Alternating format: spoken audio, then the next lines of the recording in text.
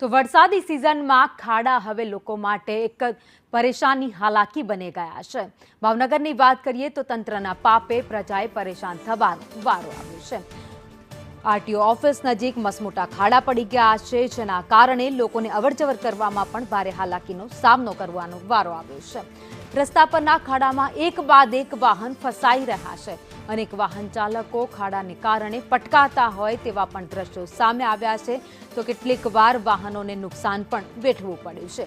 જીવના જોખમે પસાર થવા સ્થાનિકો મજબૂર બન્યા છે। રસ્તા પર લોકોને કેટલીક હાલાકી ભોગવવી પડી રહી છે, જેના સીસીટીવી પણ સામે આવ્યા છે। વધુ અપડેટ સાથે સંવાદદાતા મયુર દવે અમારી સાથે જોડાઈ ગયા છે। મયુર, ભાવનગરમાં મસમોટા ખાડા પડ્યા છે, વાહન ચાલકો ભારે હાલાકી ભોગવી રહ્યા છે। જી ભાવિની, ચોક્કસથી વાત કરીએ તો ભાવનગર શહેરનો જે આરટીઓ ઓફિસ નજીકનો જે રોડ છે, તે રોડમાં અનેક ખાડાઓ છે તે પડી ગયા છે। તેના કારણે કહી શકાય કે અનેક વાહનો છે તે ફસાઈને પડતા હોય છે, જેના સીસીટીવી ફૂટેજ છે તે સામે આવ્યા છે। કારણ કે કહી શકાય કે છેલ્લા ઘણા વર્ષોથી અહીંયા ઓવરબ્રિજનું કામ જે ચાલી રહ્યું છે અને જે ઓવરબ્રિજનો જે સર્વિસ રોડ બનાવેલો છે, એ સર્વિસ રોડ ઉપર મસમોટા ખાડાઓ પડી ગયા છે। તેના કારણે અનેક વાહન ચાલકો છે તે સ્લીપ થતા જોવા મળી રહ્યા છે। આ ઉપરાંત અનેક વાહનો છે તે ખાડામાં પણ ફસાતા છે તે જોવા મળી રહ્યા છે। મનપાની જે ઘોર બેદરકારી છે તેના કારણે જ્યાં ખાડાઓ પડી ગયા છે તેના કારણે લોકો છે તે મુશ્કેલીમાં મુકાયા છે। અનેક વખત રજૂઆત કરવા છતાં પણ કોઈ ચોક્કસ નિવારણ ન આવતા વાહન ચાલકો છે તે ભારે હાલાકીનો સામનો કરી રહ્યા છે। ભાવિની, આભાર માહિતી માટે। તો ભાવનગરના દ્રશ્યો તમે જોઈ રહ્યા છો, જ્યાં આરટીઓ ઓફિસ આવેલી છે ત્યાંનો આ રોડ છે, જેની કેટલી બદથી બદતર હાલત થઈ ગઈ છે। રસ્તો જાણે કે છે જ નહીં તેવી પરિસ્થિતિ છે। આ રસ્તા પર માત્ર ખાડાઓ છે। એક તરફ તંત્ર દ્વારા પ્રી મોન્સૂન કામગીરીના દાવા કરવામાં આવ્યા હતા, પરંતુ આ બધી જ કામગીરી પાણીમાં ધોવાઈ ગઈ છે। સરકારી કચેરીઓ આવેલી છે ત્યાં પણ આ પરિસ્થિતિનો સામનો લોકોને કરવાનો વારો આવે છે।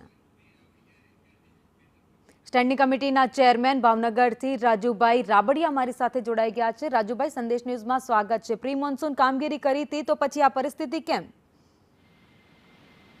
એક દાખલો આપો તો હું કહી શકીશ કે ભાવનગરમાં કયા વિસ્તારમાં તમે કઈ વાત કરો છો? જી, આરટીઓ ઓફિસનો વિસ્તાર છે, ત્યાં એટલા બધા ખાડા છે રાજુભાઈ કે ત્યાંથી લોકોને નીકળવું મુશ્કેલ છે। ત્યાં દરી વાસ્તવિકતા એવી છે, બ્રિજ બની રહ્યો છે, છેલ્લા 4 મહિનાથી રોડ બંધ છે અને બે બાજુ પાળા મારેલા છે, ડિવાઈડર બે બાજુ બોર્ડ પણ મારેલા છે અને લોકો પબ્લિક ખોટી રીતે કોંગ્રેસના પ્રમુખ ત્યાં વિડીયો ઉતારે છે, ગાડી પેલા નાખે છે અને પછી પાછી ગાડી કાઢે છે।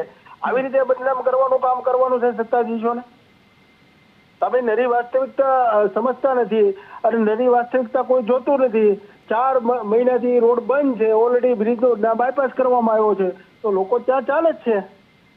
એ વસ્તુ જ્યાં બંધ છે ત્યાં એના ફોટા લે, એનો વિડીયો લઈને કોઈ ટીવીના માધ્યમથી શાસકોને બદનામ કરવાનું કામ કરે તો એ આપણા લેવલે જોવું પડે। રાજુભાઈ, તમે બદનામ કરવાની વાત કરો છો, રાજકારણને સાઈડમાં મૂકીએ, આપણે ભાજપ કોંગ્રેસને પણ સાઈડમાં મૂકી દઈએ, આમ જનતાની વાત કરીએ, જ્યાં રસ્તા ઉપર જો આટલા બધા બેરિકેડ મારેલા હોય, બોર્ડ મારેલા હોય, તો એક સામાન્ય માણસ સમજી જાય કે ભાઈ આ રસ્તા ઉપરથી જવા જેવું નથી। અને અત્યારે જે ટીવી ઉપર બતાવી રહ્યા એ સીસીટીવી છે, કોઈએ લીધેલો વિડીયો નથી, એમાં સ્પષ્ટ દેખાય છે કે લોકો અવર જવર કરે છે, એટલા મોટા ખાડા છે। બેન, લોકલ લેવલે જે વિડીયો ફરી રહ્યો છે એના માધ્યમથી હું કહું છું, તમારી પાસે કયો વિડીયો છે મને ખબર નથી। હું જે લોકલ અહીંયા વિડીયોમાં ફરી રહ્યો છે, વિડીયો કાલે જે સ્ટન્ટ કરવામાં આવ્યો હતો એના માધ્યમથી હું વાત કરી રહ્યો છું અને ઓલરેડી એ રોડ બંધ છે। ઓલરેડી રોડ બંધ છે। પણ રાજુભાઈ, જો રોડ બંધ હોય અને તમે વિડીયોની વાત કરતા હોય કે ભાઈ કોંગ્રેસે વાયરલ કર્યો, તો એક બે વ્યક્તિઓ હોય, અહીંયાથી સતત આ રોડ ઉપર લોકોની અવરજવર થઈ રહી છે, મોટા વાહન આવી રહ્યા છે, 2 વ્હીલર વાહનો પણ છે, આવેલું છે, બાયપાસ રોડ થી ચાલી રહ્યા છે લોકો, બાયપાસ કરવામાં આવ્યું છે। આપના સંદેશના પ્રતિનિધિ ભાવનગરમાં મોકલો, જોઈ લે। બાયપાસમાં કરવામાં આવેલું છે અને સાઇન બોર્ડ મારવામાં આવ્યા છે અને જે પણ થયું છે એમાં પણ તાત્કાલિક જે કઈ કરવાનું છે, અત્યારે ત્યાં સ્ટોમ લાઈનનું કામ ચાલુ છે, પાણીની લાઈનનું કામ ચાલુ છે અને જે બી એ કાલે ખોદ્યું હતું એ અમે રાતોરાત બુરાવ્યું છે। રાજુભાઈ, તમે સંદેશના પ્રતિનિધિને મોકલવાની વાત કરો છો તો તમને એ પણ કહી દઉં કે એમણે જ આ વિડીયો અમને મોકલ્યો છે કે ભાવનગરમાં પરિસ્થિતિ છે, એટલા જ માટે ટીવી પર બતાવી રહ્યા છે ને એટલા જ માટે તમને સવાલ કરું છું કે ભાવનગરના રસ્તા આટલા ખરાબ કેમ છે, જો તંત્ર પ્રી મોન્સૂન કામગીરીની વાત કરતું હોય તો? ભાવનગરમાં રોડ રસ્તા મોટરેબલ રહે એની મારી જવાબદારી છે, હું એમનો જવાબ આપી રહ્યો છું।